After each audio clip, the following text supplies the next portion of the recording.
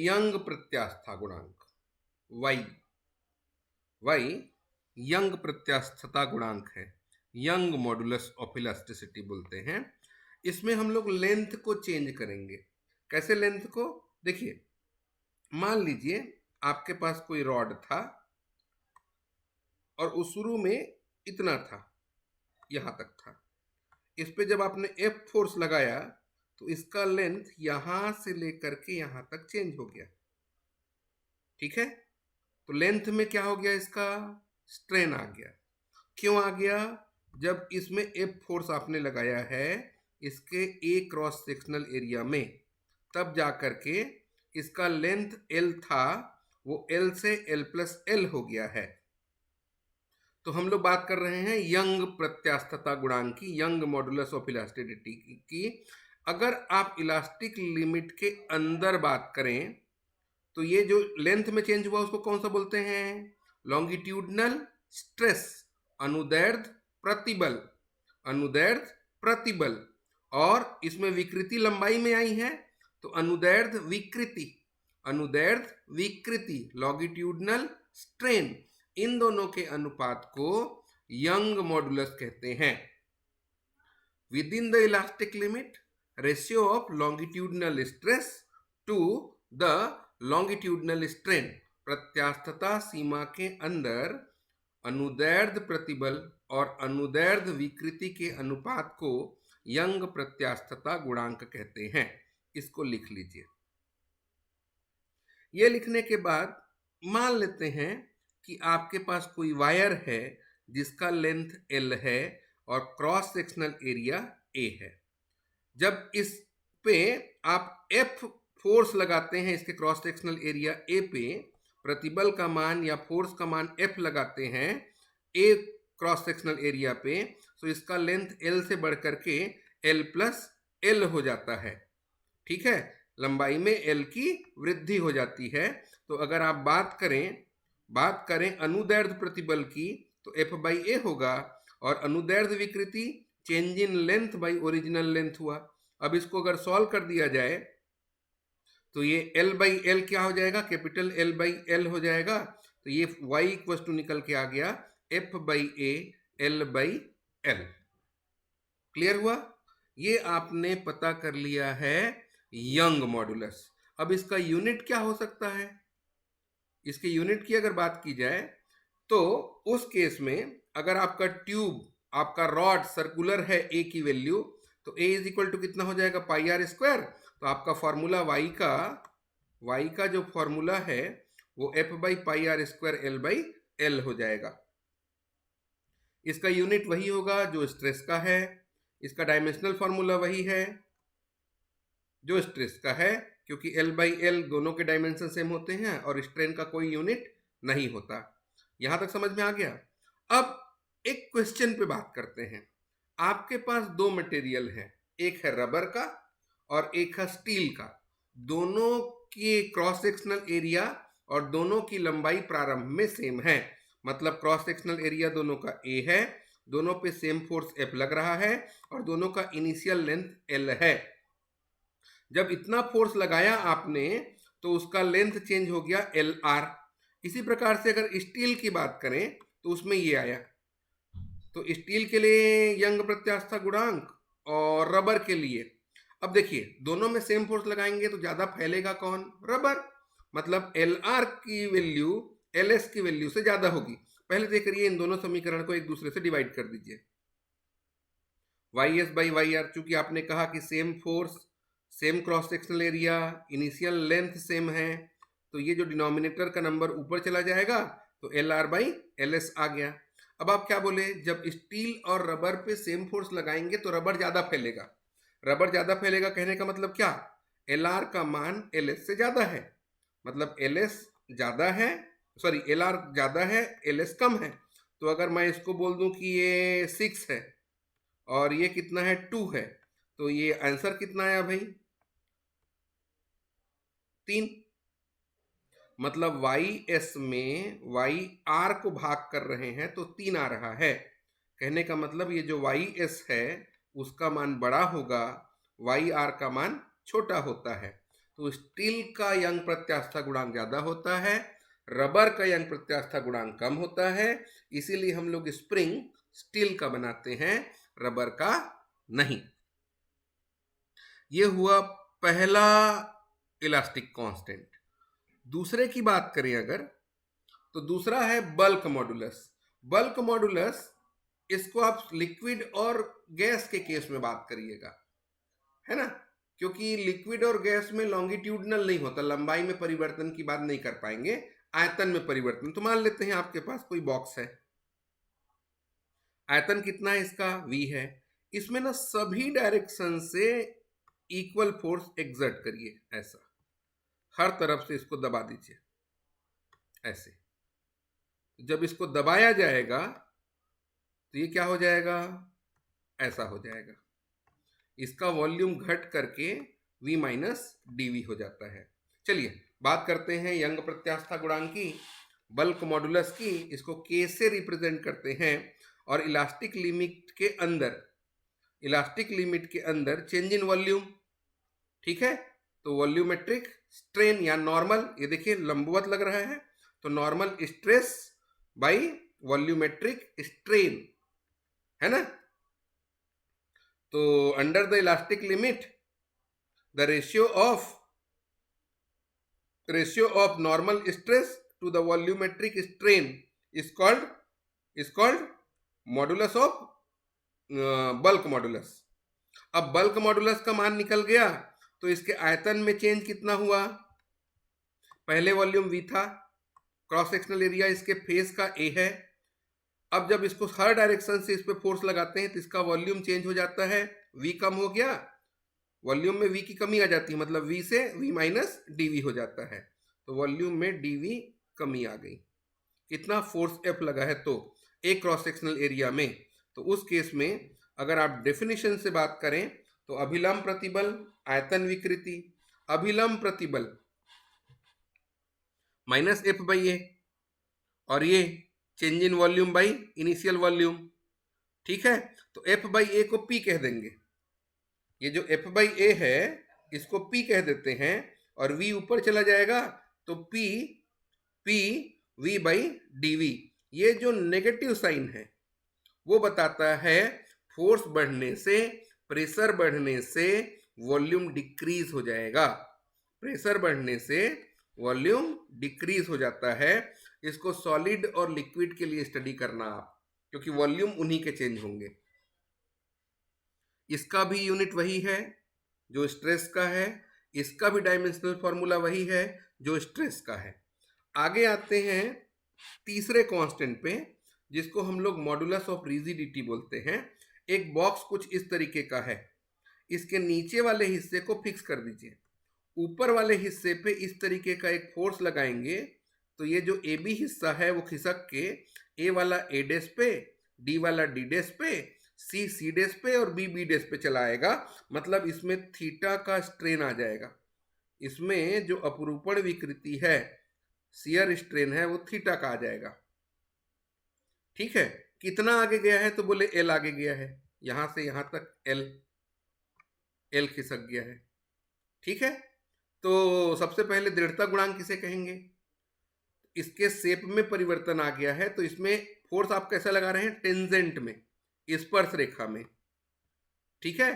तो स्पर्श रेखी प्रतिबल और अपरूपण विकृति के अनुपात को दृढ़ता गुणांक कहते हैं।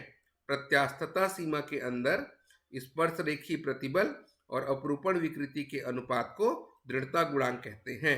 इसको फॉर्मूला के बेस में अगर बात करें तो यहाँ कोई block A B C D E F G लिया है आपने, इसके नीचे का सरफेस, इसके सरफेस का क्रॉस सेक्शनल एरिया ए है, इसको कांस्टेंट कर दीजिए, इसको फिक्स कर दीजिए, इसको स्थिर कर दीजिए, और ऊपर वाले सिरे पे स्पर्श रेखी बल लगाएंगे, तो ये खिसक के कहा जाता है ए डेस पर, और बी बी डेस पर, और डी डी डेस पर, सी सी डेस पर, यानी कि ए डेस का मान एल आ जाता है।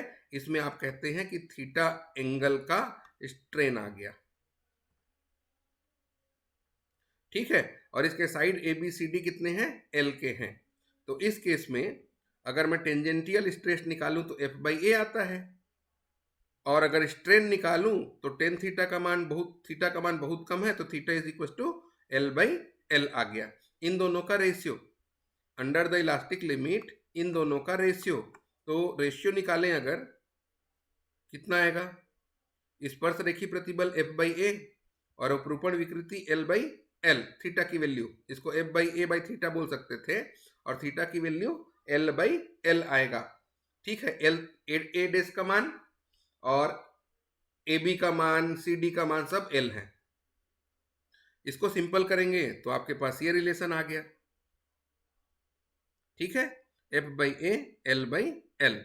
ध्यान ये रखिएगा, आयतन प्रत्यास्था गुणांक के रेसिप्रोकल को, मतलब अगर आप आयतन प्रत्यास्था गुणांक यानी कि के का उल्टा कर दें, रेसिप्रोकल ले लें, 1/k कर दें, तो इसको कंप्रेसिबिलिटी बोलते हैं। क्या बोलते हैं? कंप्रेसिबिलिटी बोलेंगे।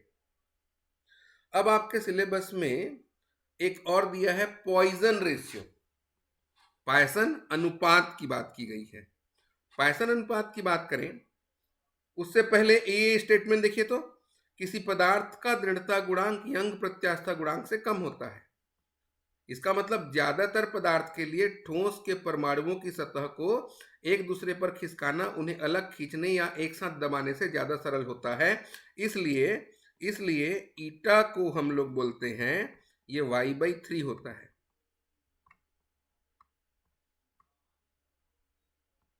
ठीक है, ठोस के परमाणुओं की सतह को एक दूसरे ऊपर खिसकाना उन्हें अलग खींचने से या दबाने से ज्यादा सरल होता है। इसीलिए खिसकाना आसान है बनिस्बत खींचने के, और यंग प्रत्यास्था गुणांक इससे ज्यादा होगा, eta is equal to y/3 होता है। पॉइसन अनुपात की बात करें, पॉइसन अनुपात की बात करते हैं तो ध्यान दीजिए, आपके पास एक रॉड है जिसकी लेंथ कितनी है? L है, या ट्यूब है कह दीजिए, जिसका लेंथ कितना है? L है, डायमीटर कितना है? D है।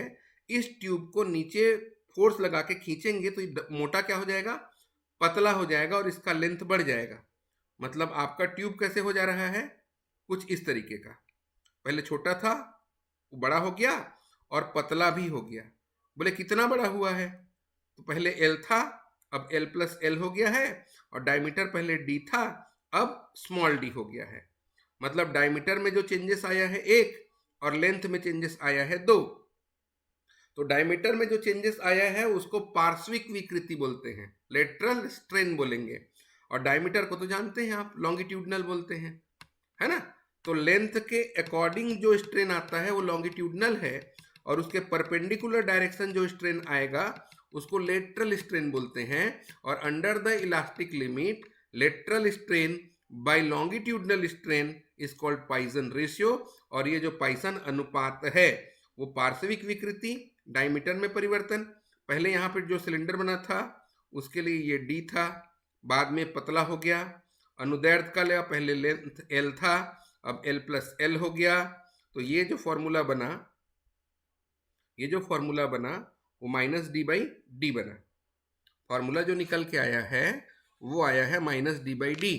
डायमीटर में पहले d था और d माइनस डी हो गया, तो चेंज इन डायमीटर कितना हुआ? -d का, तो -d/d। और ये निकालेंगे तो L/L, इन दोनों वैल्यू को यहाँ रख दीजिए, तो -d/d और L/L अगर कर दें तो आपके पास रिलेशन आया ये -L/d और d/L। ये आपने निकाल लिया पॉइसन अनुपात। अब ये जो पॉइसन अनुपात निकला है इसका जो साइन है वो नेगेटिव है। नेगेटिव साइन दिखाता है कि लॉन्गिट्यूडनल या लेंथ में जब चेंज होगा तो लेटरल स्ट्रेन उसके अपोजिट होगा।